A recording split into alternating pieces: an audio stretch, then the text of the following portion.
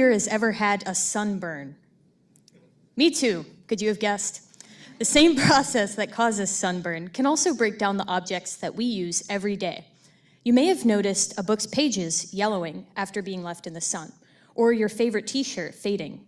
My research focuses on this color fading process. Sun breaks down our skin and our belongings through chemical reactions that break down molecules. You can think of the sun as zapping the individual molecules and breaking them at their weakest point. When dyes in our clothes break down, they can fade and lose their color.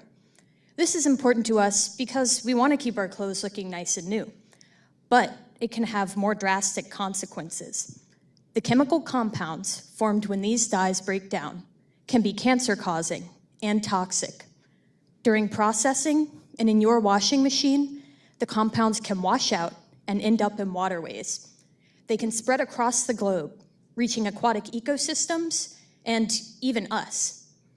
But other researchers recently dyed some polyester fabrics and exposed them to UV light. And they found that although the dye molecules were still breaking down, they weren't forming the expected toxic compounds. I wondered, how did this happen? In my research, I used computer models and physical dyed fabrics to figure it out. I found that the key to whether the toxic compounds are formed lies in the shape of the dye molecules themselves. Each dye that I work with can be relatively flat, shown on the left of my slide, or angled and shaped like a claw on the right. The claw shape allows sunlight to zap the molecule in its center, breaking it in half.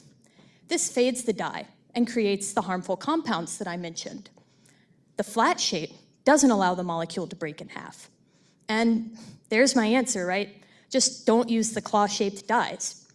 Well, the problem with that is that sunlight, the thing causing the dye molecules to break down, also causes them to change from the flat to the claw shape.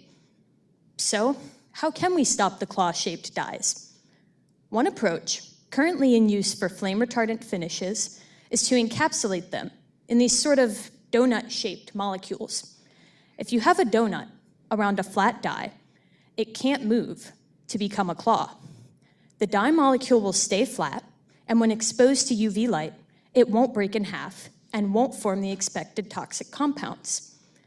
Building upon my work, this approach could keep your clothes colorful, your waterways clear, and you safe from toxic and carcinogenic compounds.